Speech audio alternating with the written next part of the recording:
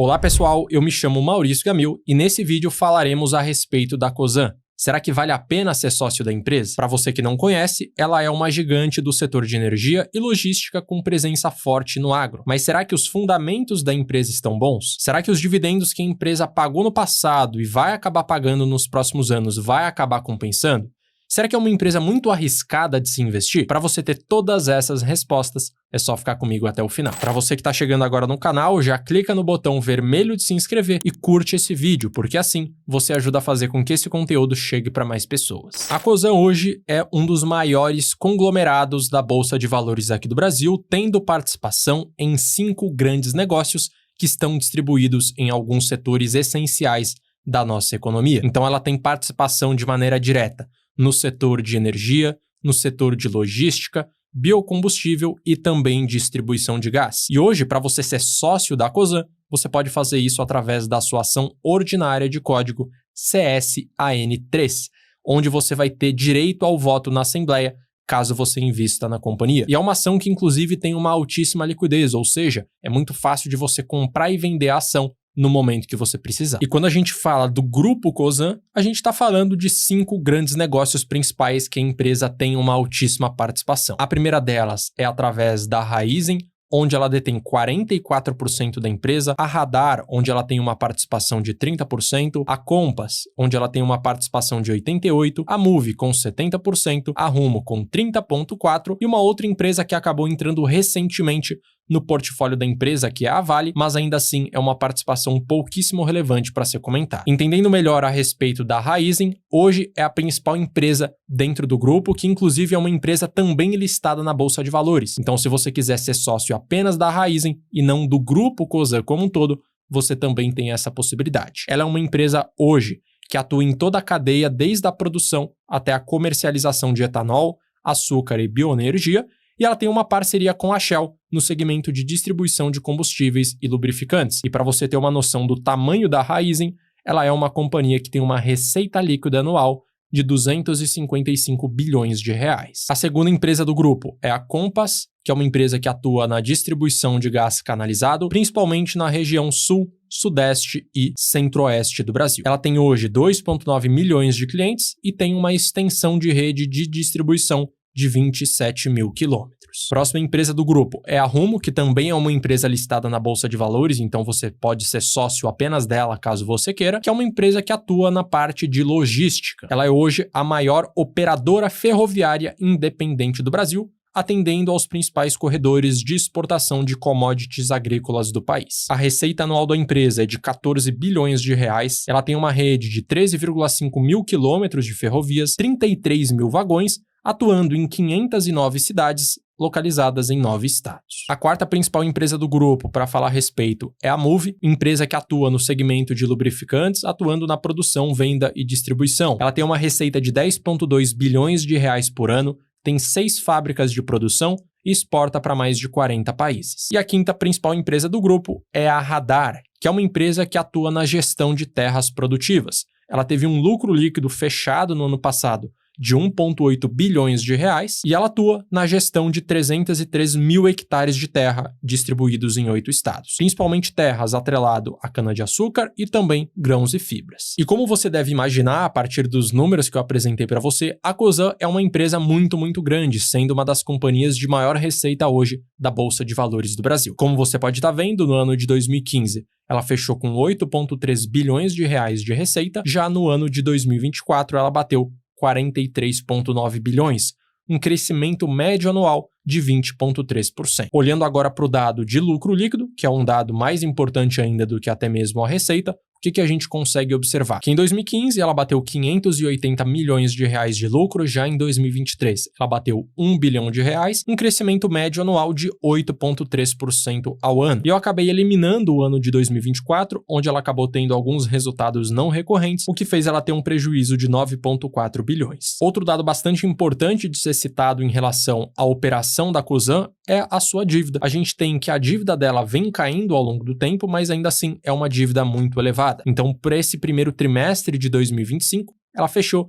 com 17,5 bilhões de reais de dívida líquida. E e a gente pode estar observando que o cronograma de amortização dela acaba sendo bastante confortável. Então a empresa tem um caixa hoje de 4,2 bilhões de reais e ela só vai ter que começar a pagar e amortizar, evidentemente, a sua dívida a partir do ano de 2028. Ela tem um prazo médio para o pagamento dessa dívida de 6,4 anos e o custo médio dessa dívida é de CDI mais 0,91. Então, por mais que a dívida seja bastante elevada, ainda assim a empresa tem uma certa folga financeira para pagar. Próximo dado importantíssimo que a gente vai falar a respeito da Cosan é em relação aos dividendos que a empresa pagou nesses últimos anos para avaliar se é ou não uma boa pagadora. Isso pode ser feito e vai ser feito a partir de 3 diferentes indicadores. O primeiro deles é o dividend yield, que é calculado a partir da divisão entre os dividendos pagos por ação pelo preço da ação, a partir do segundo indicador, que é o payout, calculado a partir dos dividendos pagos pela empresa em relação ao lucro líquido e, por fim, em relação ao crescimento dos dividendos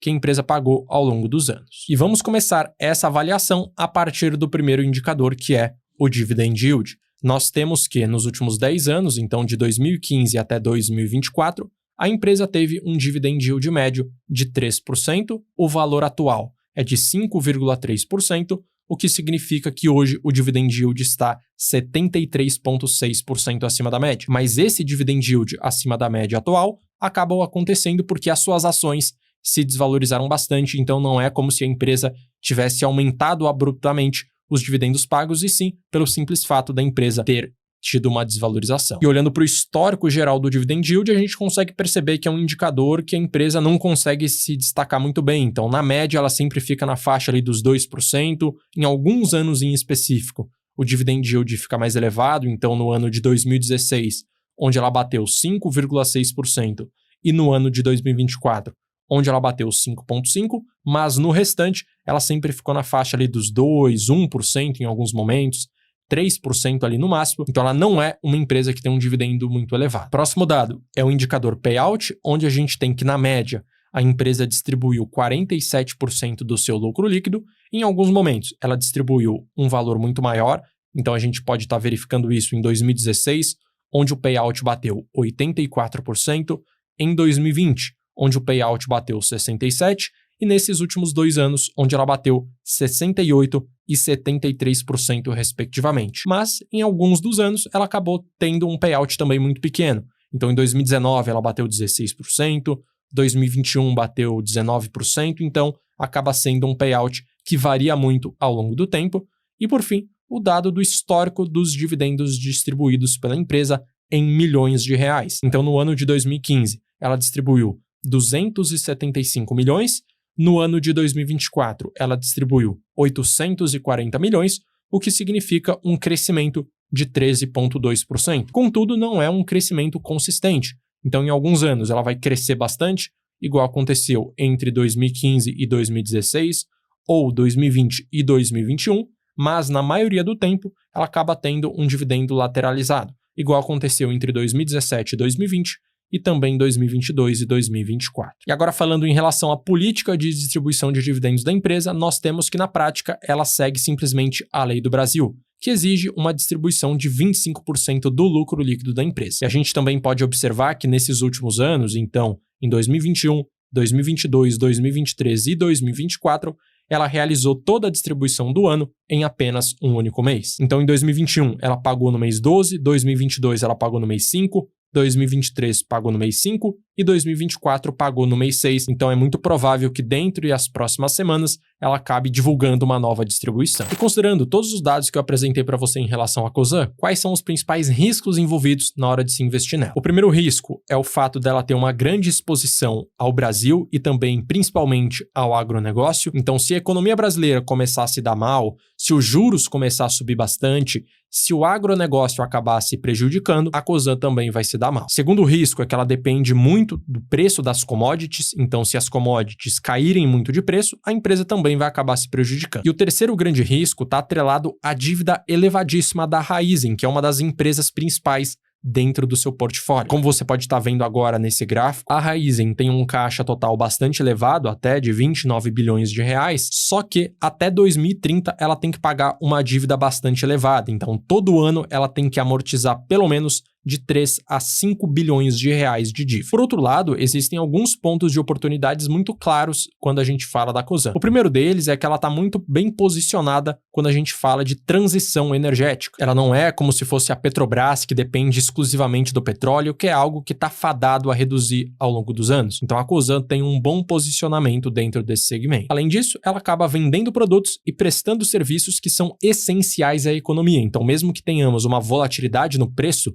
dos seus produtos e serviços, ainda assim ela vai ter muito cliente precisando dela. E uma das formas de ter mais objetividade para avaliar se vale ou não a pena ser sócio da Cosan é através de um método que eu apresento para os meus alunos, que consiste em avaliar duas características essenciais de uma empresa. A primeira delas é a consistência nos dividendos, principalmente quando a gente está buscando uma renda passiva elevada, e o segundo dado é o baixo risco. A ação precisa ter uma baixa volatilidade. E combinando esses dois fatores, um investidor que seguiu esse método conseguiu ter uma excelente rentabilidade na nossa bolsa nos últimos anos. E de acordo com um estudo feito entre 2013 e 2024, esse método apresentou um rendimento de 19,9% ao ano, contra o Ibovespa, que rendeu 7,3%, e a renda fixa 9,1%. E a Cosan é uma empresa que acaba não se encaixando dentro dessa metodologia. Por quê? Primeiramente, as suas ações são muito voláteis, principalmente porque ela está muito ligada ao setor de commodities, e também porque a empresa não conseguiu ter um dividendo consistentemente alto. Apesar dela sempre ter pago dividendos,